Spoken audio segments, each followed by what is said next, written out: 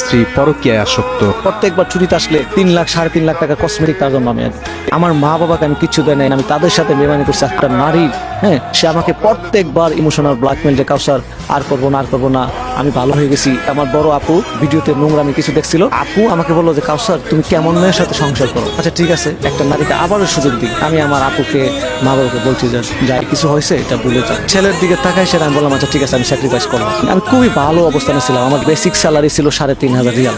I was so much happy, আলহামদুলিল্লাহ। আমার ওয়াইফের জন্য আমি হ্যাপিনেসটা রাখতে পারি নাই, ইভেন আমার ফ্যামিলির সাথে কানেকশনটা ভালো রাখতে পারি নাই।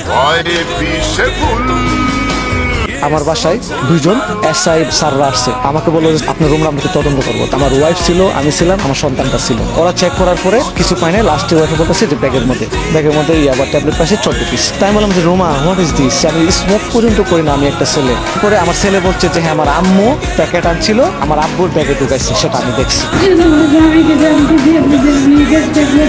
যিনি কলার তিনি বলে দিচ্ছে যে কোন জায়গায় কি আছে, তখন উদ্ধারকারী টিমের সন্দেহ হয় যে এক পর্যায়ে স্বীকার করে যে স্ত্রী তার স্বামীকে 14 পিস ইয়াবা দিয়ে ধরে দিচ্ছিল।